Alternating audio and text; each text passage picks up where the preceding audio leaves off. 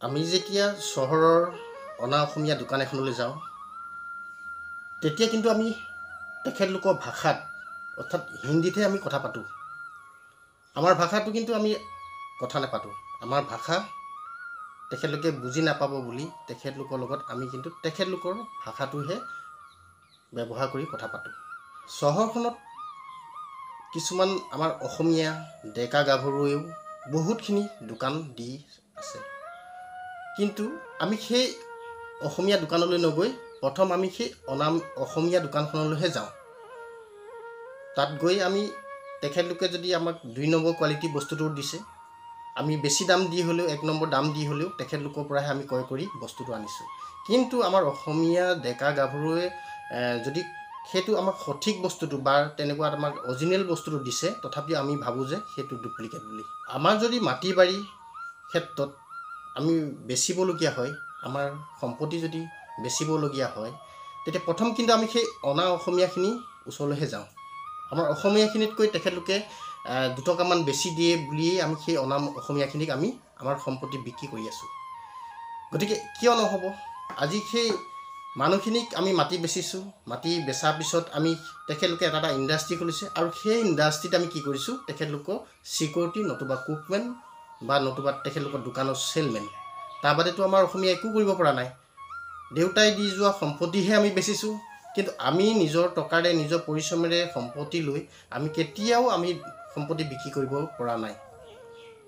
সাঁচতীয়া দেউতাৰ যি মাটি বাৰী আছে, সেই মাটি বাৰী অনা অসমীয়াক আমি বেচিছোঁ।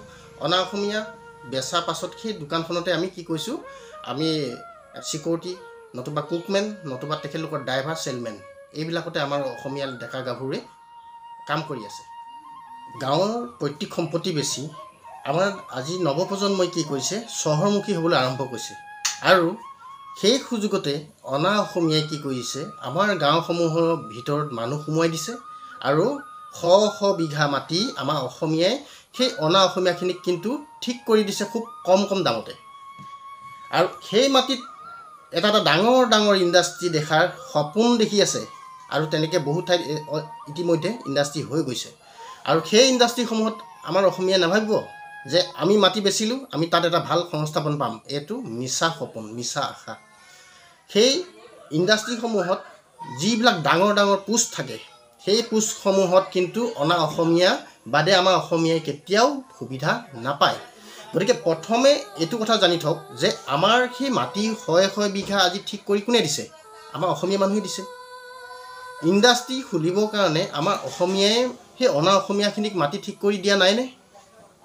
গতিকে ভুল আমাৰো আছে, আমাৰো ভুল আছে। আজি শ বিঘা আজি ল'লে কেনেকৈ? আজি বহুত ঠাইত আমি দেখিবলৈ পাইছোঁ। আপুনি ৰহা এৰিয়াত চাওক, ৰহা এৰিয়াতে দেখিব পাৰিব আপোনাৰ বহুত শ বিঘা এতিয়া ইতিমধ্যে অনা অসমীয়াই পোষ্ট মাৰি তাত ইণ্ডাষ্ট্ৰি বহাবলৈ আৰম্ভ কৰিছে। আজি সেই মাটিখিনি কোনে ঠিক কৰি দিছিলে? আমাৰ মাজৰ কোনোবা অসমীয়াই দিয়া নাইনে? আমি ৰাস্তাত চিঞৰি থাকিলেই নহ'ব, আমি অসমীয়াগিৰি দেখুৱালেই নহ'ব। আজি সেই সুবিধাখিনি যদি আমি নিদিলোঁহেঁতেন, আজি আমাৰ সেই ঘৰৰ কাঠিতে ইণ্ডাষ্ট্ৰি খুলি আমাৰ সেই ইণ্ডাষ্ট্ৰি শব্দত আমি শুব নোৱাৰা অৱস্থা নহ'লহেঁতেন। যেতিয়ালৈকে আমি নিজৰ হাতেৰে যেতিয়ালৈকে আমি পৰিশ্ৰম নকৰোঁ, কষ্ট নকৰোঁ, নিজৰ বিবেক খটাই যেতিয়ালৈকে আমি নিজৰ উপাৰ্জন ৰাস্তা বাছি নলওঁ, আনৰ তলত চলিব বা তেখেতলোকৰ দোকানত যেতিয়ালৈকে আমি কাম কৰিম, তেতিয়ালৈকে তেখেতলোকৰ তলতে আমি থাকিব লাগিব।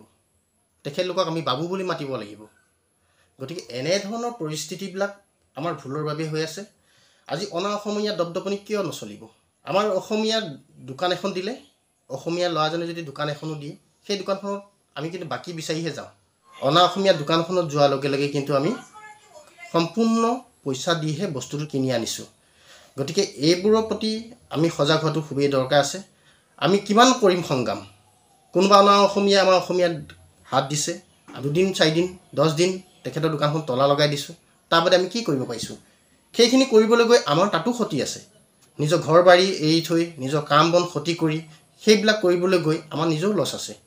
গতিকে আমি তেখেতলোকৰ দোকানৰ পৰা আমি বস্তু যদি নলৈ, নিজে যদি আমি সেই আমাৰ অসমীয়া যিখিনি থলুৱা ডেকা গাভৰু আছে, সেইসকলৰ পৰা যদি আমি বস্তুসমূহ ক্ৰয় কৰোঁ, তেতিয়া সেইসকলে কিন্তু মুখ মেলি বহি থাকিব। যি জাতি নিজস্ব পথাৰ আৰু বজাৰ নাথাকে সেই জাতিয়ে কেতিয়াও জাতি ৰক্ষা কৰিব নোৱাৰে। কাৰণ অসমীয়া দেখা কথা আছে, যাৰ নাই ভাত তাৰ নাই জাত। আমাৰ অসমীয়া প্ৰায়খিনি ডেকা গাভৰি কি কৰে, বৰ্তমান সময়ত ইজি মানিৰ পিছত বেছিকৈ দৌৰে। সঁচা অৰ্থত আমাৰ নিজৰ জাতি স্বাৰ্থত আমি জাতি ৰক্ষা কৰিবলৈ আমি প্ৰথমে আমাৰ ভাষা জীয়াই ৰাখিব লাগিব। আৰু আমি যিকোনো জাতিৰ লগত আমি অসমীয়া ভাষাতে কথা পাতিবলৈ শিকিব লাগিব। আৰু আমাৰ যি পথাৰ আৰু বজাৰ আমাৰ নিজৰ কৰ্মফলৰ দ্বাৰা দেখুৱাব লাগিব। আহক সকলোৱে মিলিজুলি এখন সুন্দৰ অসম গঢ়োঁ, অসমৰ স্বাৰ্থত অসমৰ উন্নয়নৰ হকে কাম কৰোঁ। গতিকে আহক, জয় আই অসম।